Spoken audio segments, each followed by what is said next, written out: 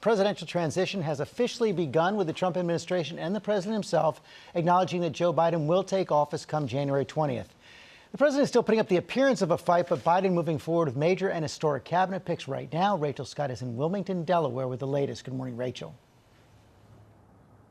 George, good morning. Up until now, Joe Biden, as president-elect, has not had any contact to federal agencies to coordinate on issues of national security or public health. But now, 16 days after his decisive victory, the transition process officially begins.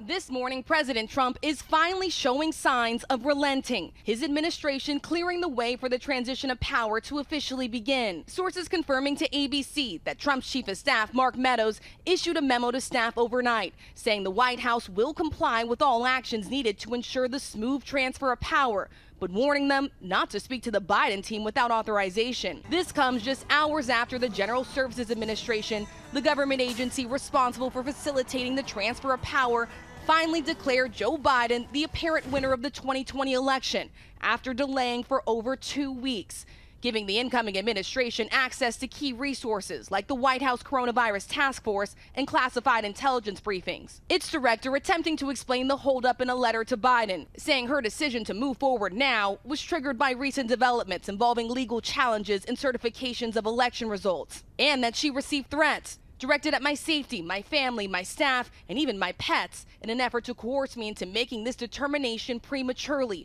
but was never pressured by any executive branch official. But the president implying he gave his approval, tweeting, "It's in the best interest of our country," while still refusing to concede, adding, "Our case strongly continues and we will never concede to fake ballots." But in reality, Trump has presented zero evidence of widespread voter fraud, and his campaign and allies have lost at least 30 cases in court, as key states are certifying the president-elect's victory, like Michigan, where Biden won by more than 150,000 votes. A small but growing number of Republicans are publicly acknowledging the race is over. Louisiana Senator Bill Cassidy tweeting he voted for President Trump, but Joe Biden won. Even conservative firebrand Rush Limbaugh, who was awarded the Medal of Freedom by the president, slamming the Trump legal team's efforts. They promised blockbuster stuff, and then nothing happened. And that's not, well, it's not good. The Biden transition team wasting no time, unveiling his first cabinet picks. Sir, do you expect Republicans to put up any specific roadblocks to your nominations? Are you kidding me? And some of the president-elect's nominations could face a tough confirmation battle in the Senate, but if confirmed, they would make history. Sources say Biden could tap Janet Yellen. She would be the first woman to serve as Secretary of Treasury. Alejandro Mayorkas would be the first Latino and the first immigrant to head the Department of Homeland Security. And Avril Haines would be the first woman to serve as the Director of National Intelligence. George. Okay, Rachel, thanks very much. Let's get some analysis now from our chief White House correspondent, John Carl. And John, we also know that the president-elect is picking his longtime aide, Antony Blinken, for Secretary of State, Jake Sullivan for National Security Advisor. When you look at the picks so far as a whole, he's trying to balance loyalty and diversity.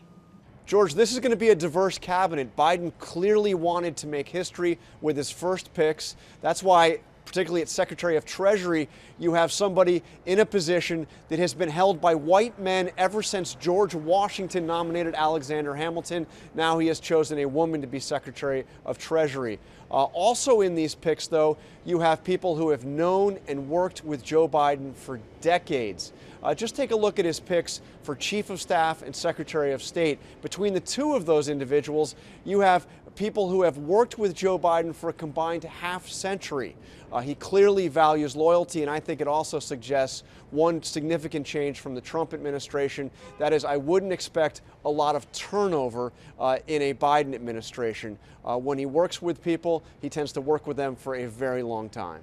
And what about Donald Trump right now? He's still saying he won't concede, but acknowledging the transition is going to go forward. We haven't seen much of him in recent days. What do we expect going forward?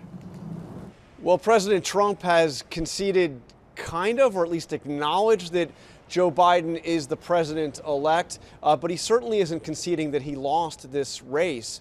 You saw him say explicitly, "I will never concede." I expect that when we eventually do hear from Donald Trump about all of this, he will say that he is intending to run for president again. John Carl, thanks very much. Hi, everyone. George Stephanopoulos here. Thanks for checking out the ABC News YouTube channel. If you'd like to get more videos, show highlights, and watch live event coverage, click on the right over here to subscribe to our channel. And don't forget to download the ABC News app for breaking news alerts. Thanks for watching.